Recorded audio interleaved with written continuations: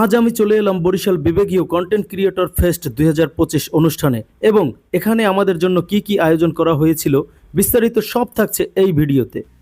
চলে এলাম রায়তা পিকনিক স্পটে। এখানেই হবে আজ আমাদের মিলন মেলা। এসেই দেখি গেটে নাম ধরে ধরে ডেকে এক একজনকে ভিতরে প্রবেশ করায় এবং এক একজনের হাতে এক একটি টিকিট ধরিয়ে দিচ্ছে, কারণ এই টিকিট দেখিয়েই মূল স্পটে প্রবেশ করতে হবে। প্রবেশের সাথে সাথেই গোলাপ দিয়ে বরণ করে নিল আমাদের। পাশেই ছিল কলিজা ঠান্ডা করার আয়োজন। ঠান্ডা খেয়ে ঠান্ডা হলাম। যারা এখনও আমার পেজটিকে ফলো করেননি, আমার পেজটিকে ফলো দিয়ে পাশে থাকুন।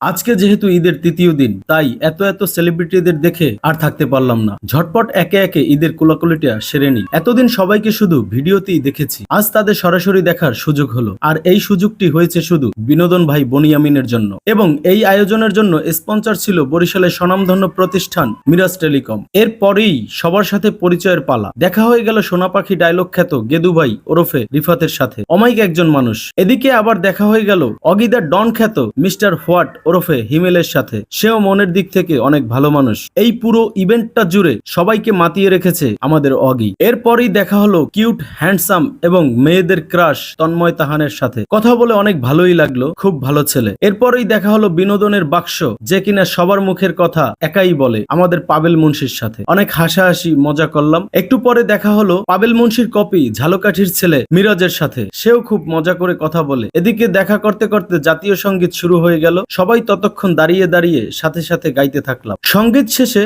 চলে গেলাম আনলিমিটেড কফি খেতে। কফি খেয়ে একটু বসি। দুর্ভাগ্যবশত কেক কাটার সময় আমি অন্য পাশে ছিলাম, তাই কেক কাটার কোনো ভিডিও আমার কাছে নেই। এরপরেই শুরু হলো বরিশাল বিভাগের আলাদা আলাদা ফটোশুট। অনেকেই হই হুল্লোর মাতামাতি শেষে চলে গেলাম সাদ্দাম মাল ভাইয়ের কাছে। গিয়ে কোলাকুলি এবং নাটকের বিষয় জিজ্ঞেস করলাম। খুব আন্তরিকভাবে উত্তর দিল সাদ্দাম মাল ভাই। আরেকটা কথা, আমাদের এই আয়োজনে চায়নার দুজন কন্টেন্ট ক্রিয়েটর ইনভাইটেড ছিল। এদিকে তাকিয়ে দেখি ভিড় পড়ে আছে। গিয়ে দেখি এ তো আমাদের নেবাই। নেবাইরে পাইয়া কিছু পরামর্শ নিলাম নতুনদের জন্য। এরপরেই দেখা হলো এডিটের মায়েরে বাপ স্বপন আহমেদের সঙ্গে ছবি তোলা আর আমাদের বরিশালে এসে অনুভূতি কেমন জিজ্ঞেস করলাম। এরপর চলে এলো টর্চ অফ বিল্লাল থুকু thoughts of Billal. Thoughts of বিল্লালের আবার ফ্যান ফলোয়ার সব ক্রিয়েটররা, তাই ইন্টারভিউ তো দূরের কথা, কোনো মতে একটা ছবি তুলতে পেরেছি। থটস অফ বিল্লাল স্টেজে উঠে তার কিছু ভাইরাল ছন্দ বলল। এরপরেই শুরু হয় বরিশাল বিভাগীয় কন্টেন্ট ক্রিয়েটর উৎসব 2025-এর স্মৃতি হিসাবে অ্যাওয়ার্ড বিতরণ। একে একে দিতে থাকে। একটু পরেই ডাক পড়লো। অ্যাওয়ার্ডটি হাতে পেয়ে